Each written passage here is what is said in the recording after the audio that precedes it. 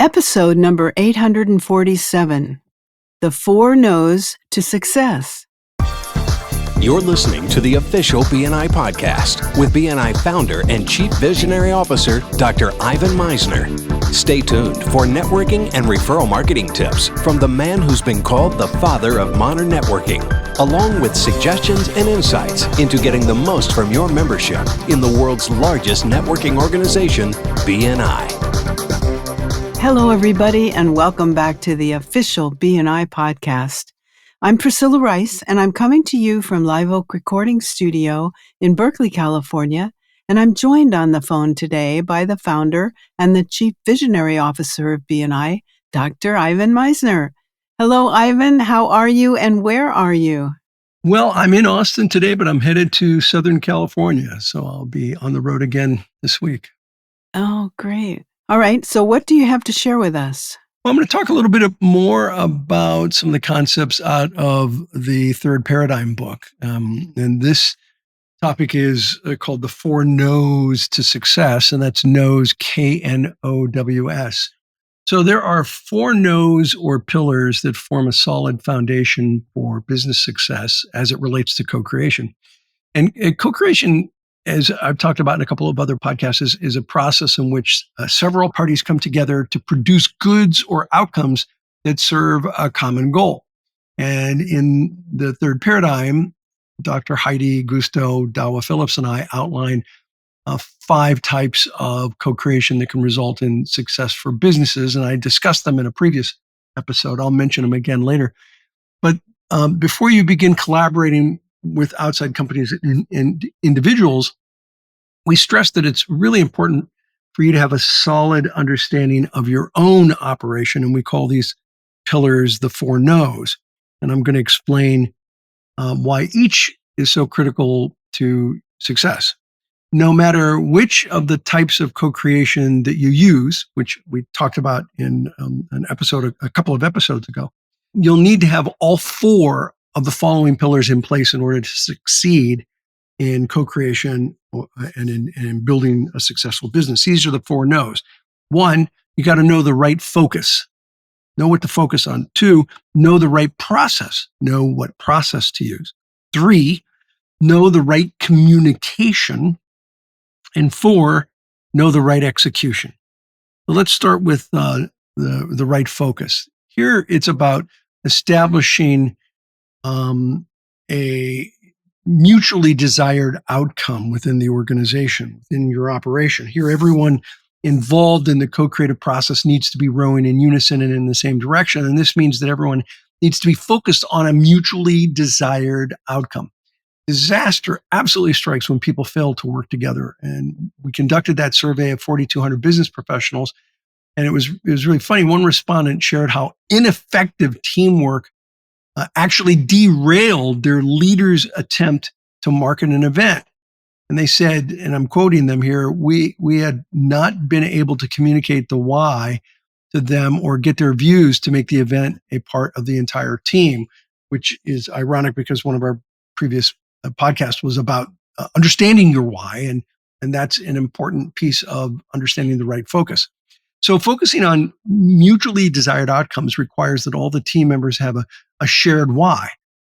Co-creation leaders can guide their team through a series of questions that'll help them work together efficiently and effectively and creatively, even if they're composed of diverse stakeholders. We certainly see that in BNI. You know, our why in BNI is to build relationships with one another and to generate referrals for each other. So this process will help identify the right focus.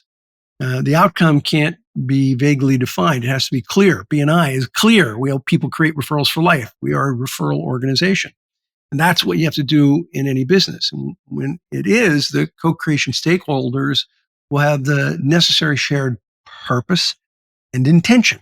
And once the mutually desired outcome is established, teams can accomplish really unbelievable things. One survey respondent shared this sentiment, and I'm quoting them: if the right people with the same goals lifting encouragingly and working together with the same commitment to achieve together are in place, wonders can happen. And gosh, if we don't see that in BNI, I don't know where you see that.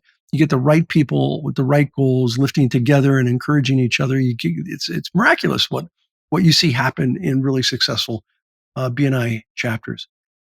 The next is the right process. And here we're talking about implementing a framework. So you have to identify the right process for a co-creative project to ensure that the stakeholders can work efficiently and effectively. It's not enough to have a team that's committed to a mutually desired outcome without an underlying process guiding the mission. And if you don't do that, frustrations mount. BNI has a process. We follow that process. And it's that process that helps us become successful and helps us generate millions and millions of referrals, billions of US dollars in business by having a process and following it. So the process of choosing the framework begins by selecting the 5 types of co-creation that I previously introduced in a previous podcast. And those 5 were think tank brainstorm. That's 1. Crowdsourcing, open sourcing, mass customization, and user generated content. In BNI, we've substantially used the think tank brainstorming, and we've used crowdsourcing in the organization.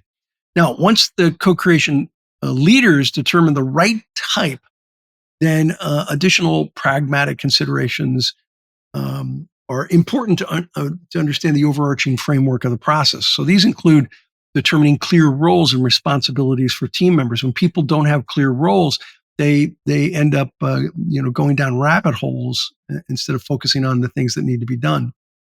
And there also has to be accountability in place. We certainly see that in BNI. BNI only works when it's a system of accountability that is in place. And I have said for many years, you apply the rules more like Mandela than Attila, but you got to apply the rules. There has to be accountability.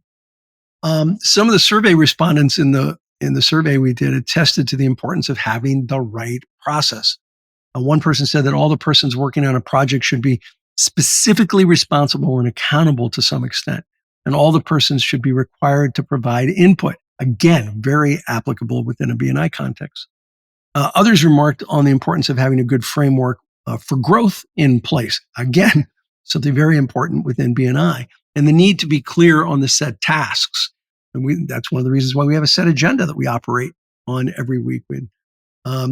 Other aspects are deadlines and people being responsible to either follow up with them or to track the process. The 4th is the right communication. The right communication is really important, and it's important to ensure open communication. Open communication is crucial to a successful co-creation process.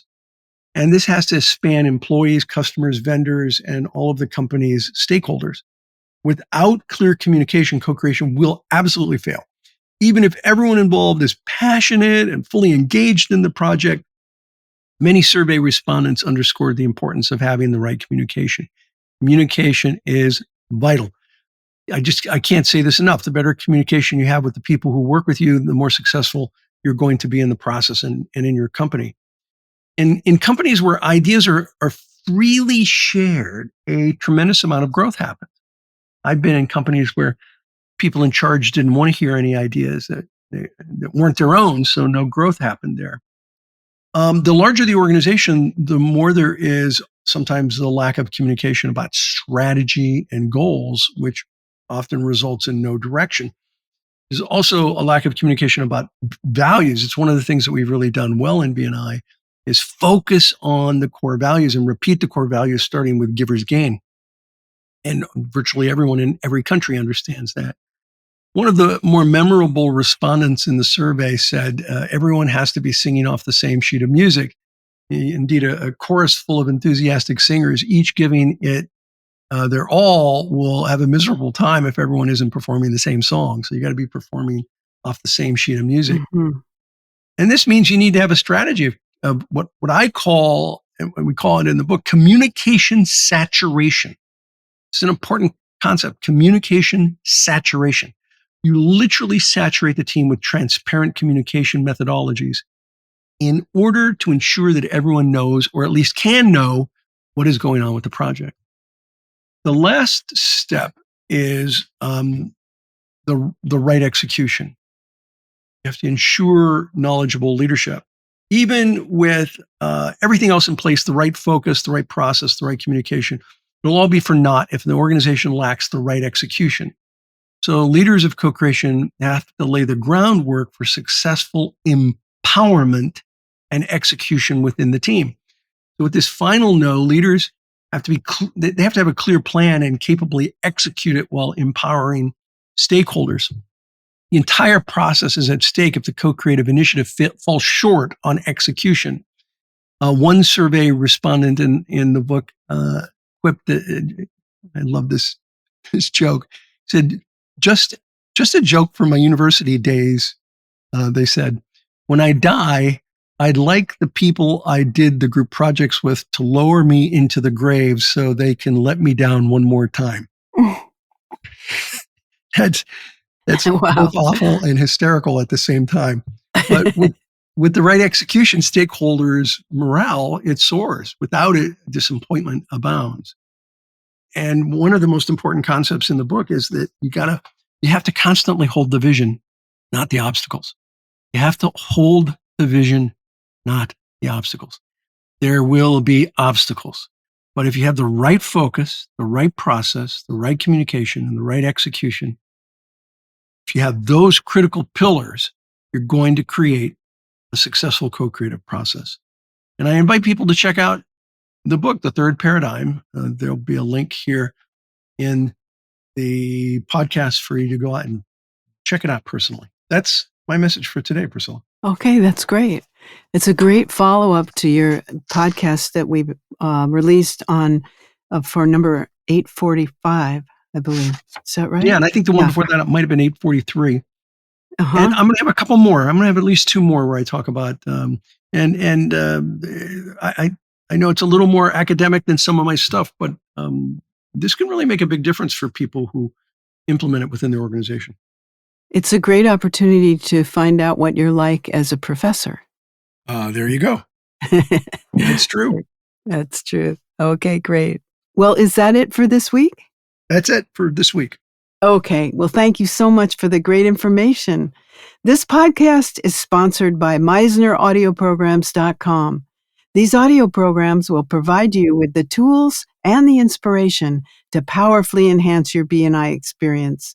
So check out the great material that's available to you at MeisnerAudioprograms.com. And then use the promo code IVAN50 for 50% off of everything. All of the proceeds go to the B&I Foundation. Thanks so much for listening. This is Priscilla Rice, and we look forward to having you join us again next week for another exciting episode of the official B&I podcast.